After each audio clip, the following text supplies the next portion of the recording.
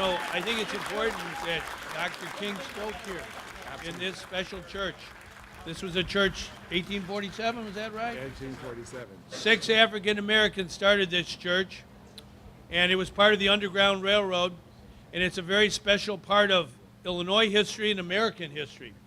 And Dr. King lived in Chicago in 1966, and he spoke here and around our whole state of Illinois. And I think it's important as we approach the hour of 2 o'clock Central Daylight Time, 3 o'clock Eastern Daylight Time. That was the hour that Dr. King spoke 50 years ago. And he spoke to all of us. At that time, I was just out of grammar school, going to high school. But he spoke to all of us today and forever. His words will never be forgotten. Those are words that we must take to heart.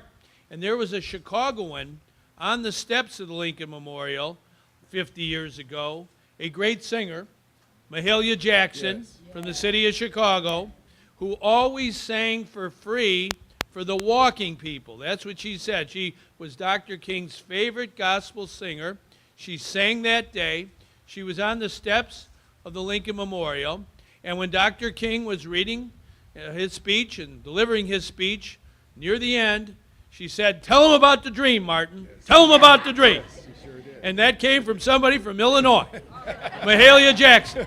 And I know Mahalia Jackson is looking down today, and she's telling all of us, remember the dream.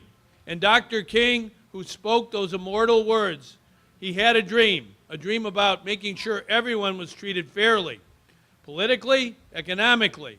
And someone who understands that dream has mentored thousands and thousands of young people to that dream, is with us here today, and that's our Secretary of State, Jesse White. Jesse, come on forward. Right, you're the man.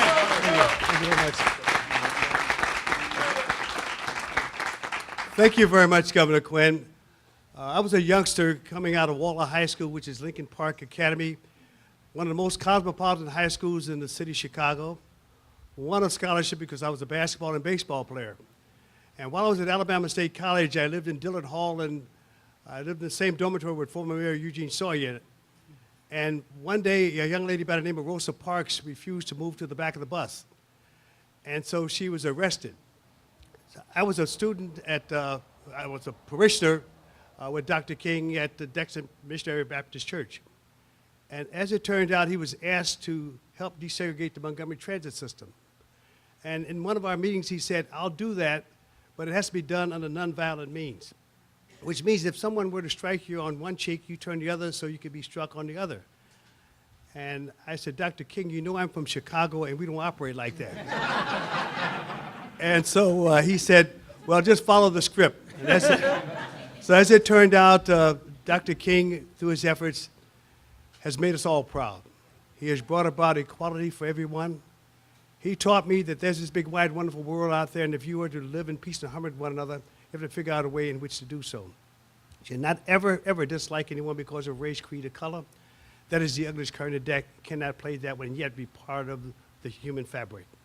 And so I'm honored to be here today with my good Governor Quinn and be here with my elected officials and Pastor Moody to honor the legacy of Dr. King, who had a giving and a caring spirit, who had love in his heart for everyone.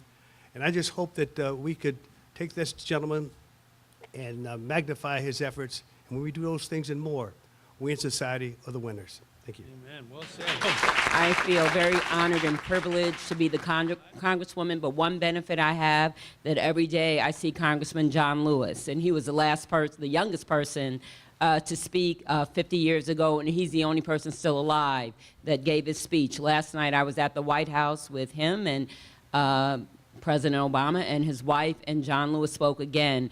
And when people say that things haven't changed, one thing he says that, yes, things have changed. Try walking in his shoes if you don't think so, because he was spat on, beat up, went to jail a number of times. But he also reminds us that we have a lot of work to do, and we only can do that work pulling together. So let's pull together and go forward. Voting Rights Act, immigration reform, human rights, and civil rights for everyone. Thank you.